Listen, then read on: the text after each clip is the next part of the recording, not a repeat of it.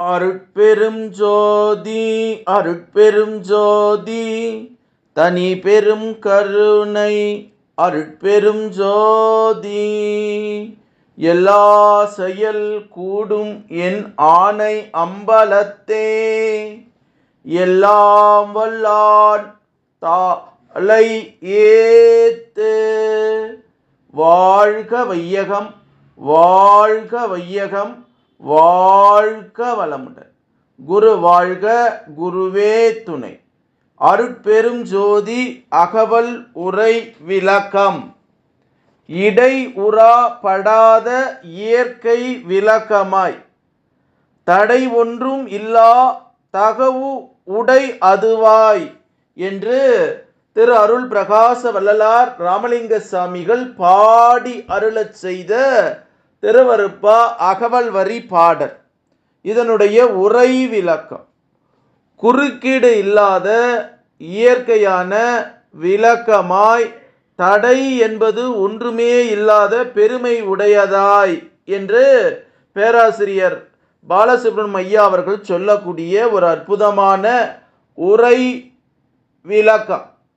இடை உறா படாத இயற்கை விளக்கமாய், தடை ஒன்றும் இல்லாத தகவு உடை அதுவாய் என்ற அகவல் வரி 1337 1338 அகவல் வரிக்கு சாமி சரவணானந்தா அவர்கள் தரக்கூடிய அற்புதமான உரை விளக்கம். பொன்னின் உயர்வும் தாழ்வும் அதன் மாற்றத்தால் அளவிட்டு உரைக்கப்படும். மாற்று அதிகமுள்ள பொன் மிக சிறப்புடையதா.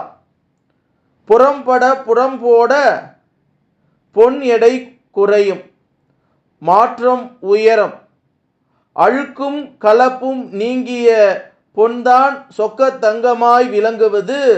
உலகமறிந்த நல்ல தங்கத்தை பத்தரை மாற்று தங்கம் என்கின்றனர்.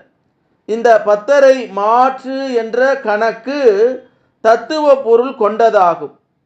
சிற்றம்பலத்திலிருந்து பொன்னம்பலவான் திருநடனத்தை கண்ட அருட்செல்வர்கள் அந்த பொன்னம்பலத்தின் மாற்று அளந்தறியா மாட்டாதவர்களாய் வியந்து நின்றார்கள்.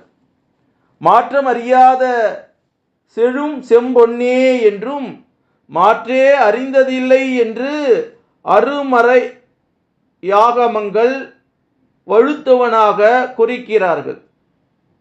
பின்னர் ஒருவாறு நிறை அறிவால் உள் ஒளிர் மோன நாண நிலையை சிதாகாச நிலையாய் 1000 எட்டும் கூடிய 1008 கலை என கற்பனை செய்து கொண்டு தம்மை 96 தத்துவ வடிவனராய் வைத்து ஆய்ந்தபோது 100/96 பத்தரை என கண்டார்கள். மனிதன் உள்வொளியை கண்டு உள்ளத்தோர் பற்றி நின்றால் அதுவாக மாற்றப்பட்ட விடுவான் என்ற கருத்தால் அந்த கடவுள் தத்துவ பொண்ணுக்கு பத்தரை பக்தரை அல்லது பற்றினரை தன்மயமாய் மாற்றும் செயல் கொண்டது என்ற பொருளில் வழங்கி உள்ளனர். இது பத்தரை மாற்று தங்கம் என்பதற்கு தத்துவ பொருள். உலகில் உள்ள பொன்னுக்கு மாற்றளவும் இடை என்னும் நிறையளவும் உண்டு. இயற்கை விளக்கமாகிய சுயம்பு பிரகாசம் இல்லை. ஆனால் நமது அருட்பெருஞ்சோதி ஆகிய அற்புத பொன்னுக்கோ மாற்றும் அளவும் இல்லை, இடை நிறைவு இல்லை, அளவு இல்லை. சுயஜோதி உண்டு. மேலும் இது எவ்விடத்தும் எக்காலத்தும் எதனாலும் தடை செய்யப்படாது, வியாபத்து விளங்கி உள்ளதாம் என்று சாமி சரவணானந்தா அவர்கள் சொல்லக்கூடிய அற்புதமான மெய்ஞான விளக்கம். இந்த அகவல் நமக்கு நிறைய செய்திகளை சொல்லுது. அதனால தான் அவர் நம்ம பேராசிரியர் பாலசுப்ரமணியம் ஐயா அவர்கள் சொல்றாரு, குறுக்கீடு இல்லாத இயற்கை விளக்கமாய், தடை என்பது ஒன்றுமில்லாத பெருமை உடையதான்னு சிம்பிளாக சொல்கிறார், எளிமையாக சொல்கிறார். நம்ம சாமி சரவணானந்தா அவர்கள் சொல்லக்கூடிய அந்த விளக்கம் இருக்கு பாருங்க. இடை உறவு உற இடை உறப்படாத இயற்கை விளக்கமாய் தடை ஒன்றும் இல்லாத தகவு உடைய அதுவாய்னு வள்ளல் பெருமான் பாடக்கூடிய பாடலுக்கு அவர் சொல்லக்கூடிய அந்த அற்புதமான விளக்கம் எல்லாருக்கும் புரிகிற மாதிரி தங்கத்தை உதாரணத்தை கொண்டு பொன்னினுடைய உயர்வும் தாழ்வையும் தெரிவித்து அதனால் உரைக்கப்படும் மாற்று அதிகமுள்ள பொன் சிறப்புடையதாகும் என்று சொல்லி புறம்போட பொன் எடை குறையும், ஆனால் மாற்று உயரும். அழுக்கும் கலப்பையும் நீங்கிய பொன்தான் சொக்க தங்கமா விளங்கும். உலகறிந்த நல்ல தங்கத்தை என்ன சொல்றாங்களாம்? பத்தரை மாற்று தங்கம் என்கின்றனர். அப்போ கூட நம்ம சில பேரை பார்த்த உடனே சொல்லுவோம், அவரை பற்றி கேட்பாங்க, அவர் எப்படிப்பட்டவர்னா பத்தரை மாற்று தங்கங்க. அப்போ வழக்கத்திற்கு இந்த சொல் என்ன, ஒரு பொன்னை விட தூய்மையானவர்கள், அப்போ அழுக்குற்றவர்கள், களங்கம் இல்லாதவர்கள், நிறைவானவர்கள், எல்லோருக்கும் அன்பு காட்டக்கூடியவர்கள், அந்த தங்கத்தை போல பொன்வழி போல ஜொலிக்கக்கூடியவர்கள், பசுமையானவர்கள் என்று சொல்லக்கூடிய நிலை. அதைத்தான் நம்மளுடைய சாமி சரவணானந்தா அவர்கள் சொல்லக்கூடிய ஒரு செய்தியாக இந்த அகவல் வரி அமைந்திருக்கிறது. அதே மாதிரி 1008 தடவை போற்றி பாடுவாங்க, 1000 தடவை திருக்கோயிலை சுற்றி வருவாங்க. இப்படி எல்லாம் அந்த கற்பனை செய்து கொண்டு தம்மை 96 தத்துவ வடிவமாய் வைத்து ஆய்ந்த போது 100 வகுத்தல் 96 கூத்தினா என்ன வரும்? 10. அப்போ அந்த 10 மாற்று தங்கமாக மனிதன் இருக்கிறான். அந்த அற்புதமான மனித தேகம், நம்முடைய உடல் அருட்பெருஞ்சோதியாக அற்புத பொண்ணு, மாற்றும் அளவு இல்லை. இது சுயஜோதி உண்டு. இது எவ்விடத்தும் எக்காலத்தும் எதனாலும் தடை செய்யப்படாது. அது வியாபித்து விளங்கி உள்ளதாக அங்கும் கணாதபடி எங்கும் பிரகாசமாக இருக்கு. அப்போ நமக்குள்ள அருட்பெருஞ்சோதி தோணுன்னா நம்ம என்ன பண்ணணும்? மூச்சை கவனி, பேச்சை குறை. அப்போ அந்த மூச்சை கவனித்து கவனித்து கதாகதம் செய்து நமக்குள்ளா இருக்கக்கூடிய அந்த ஜீவனை தெரிந்து கொண்டு அந்த நிலையிலே கடந்து கடந்து கடந்து கடந்து வெட்ட வெளியிலே ஒன்றி கலந்து உயிர்கலப்பு பெறுகிற போது அருட்பெரும் ஜோதி, அருட்பேர் ஆற்றல் ஜோதியா தெரியும்.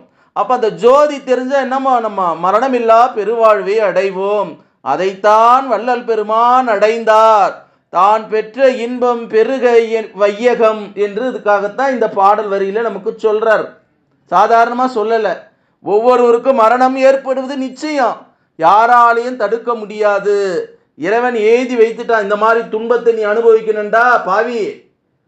அதான் வள்ளல் பெருமான் சொல்றார். அந்த பாடல் பார்த்தீங்கன்னா உண்மையிலே சொல்ல முடியாது. என்ன பாவம் செஞ்சேன், நான் ஏன் இந்த மனிதனாய் பிறந்தேன், தேகத்திலே அரிது மானிடராய் பிறத்தல் என்று சொல்லும்போது வள்ளல் பெருமான் சொல்றார், நான் ஏன் பிறந்த, தீது நினைக்கும் பாவியருக்கும் செய்தாய் கருணை என தெளிந்து வாது நினைக்கும் மன கடையேன் மகிழ்வுற்று இருந்தேன் என் அளவில் சூது நினையா எனில் யாருக்கு சொல்வேன், யாரை துணை கொள்வேன், ஏது நினைப்பேன், ஐயா நான் பாவி உடம்பெடுத்தேனே, நயத்தால் உனது திருவருளான் நாண கொடியேன் நாய் உடம்பை உய்த்தேன், வெய்யேன் மடிந்திடுவேன், மடிந்து பின்னர் உலகத்தார் வயத்தால் இந்த உடம்பு உருமோ என்ன வருமோ என்கின்ற பயத்தால் ஐயா இவ்வுடம்பை சுமக்கின்றேன் படம் சுடரேன்னு பாடுறார்.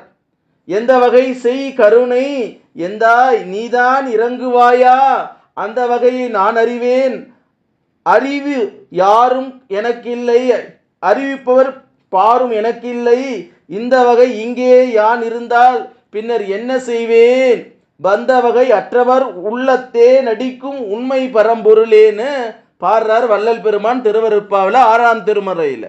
ஆகவே இந்த நம்ம 10 மாற்று தங்கமாக மாற்றக்கூடிய நிலையை நம்மக்கிட்டேயே இருக்கு.